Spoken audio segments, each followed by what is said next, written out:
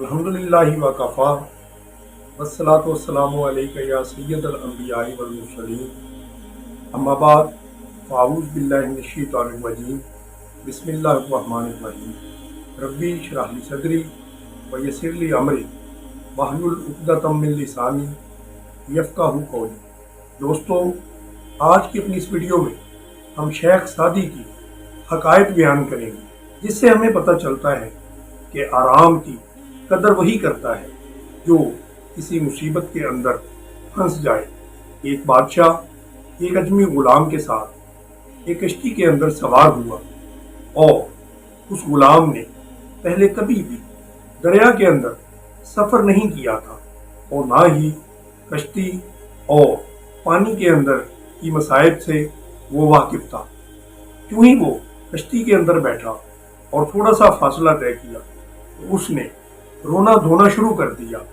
उसके इस रोने धोने से बादशाह का सारा मज़ा जो था वो ख़राब हो गया।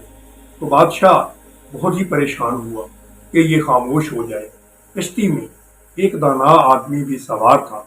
उसने बादशाह से कहा कि बादशाह सलामत, अगर आप मुझे हुक्म दें तो मैं इसको चुप करवा सकता हूँ। इसको चुप करवाना मेरे लिए कोई मुश्किल बात नहीं। बादशाह को ताज्जुब हुआ तो बादशाह ने कहा कि अगर तुम ये काम कर दो तो मैं तुम्हारा बहुत ही ज्यादा ममनून और शुक्रगुजार होऊंगा।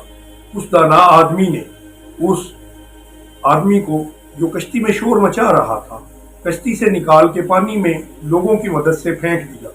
अब जब पानी के अंदर वो आदमी गोते खाने लगा तो उन्होंने फौरी तौर पर आदमियों की मदद से उसे बालों से पकड़ा और कश्ती के अंदर दोबारा से सवार कर लिया।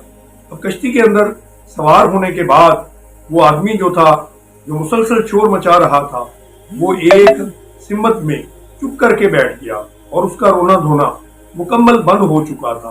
बादशाह को इस बात से बड़ा ही ताज्जुब हुआ। उसने पूछा कि ये किस तरह से हुआ? तो उस आदमी ने जवाब दिया कि ये बंदा पहले पानी के अंदर कभी नहीं गया था और डूबने की मुसीबत से नावाकिफ था। इसको कश्ती के आराम की भी कोई खबर नहीं थी। अब जब मैंने इसको पानी में फेंका तो उसे एहसास हुआ कि कश्ती के अंदर बैठना जो है वो पानी के अंदर डूबने से कितना ज़्यादा बेहतर है। तो दोस्तों, इस बात से नतीजा निकलता है कि आराम की कदर सिर्फ वही कर सकता है जो किसी मुसीबत के अंदर फंस जाए।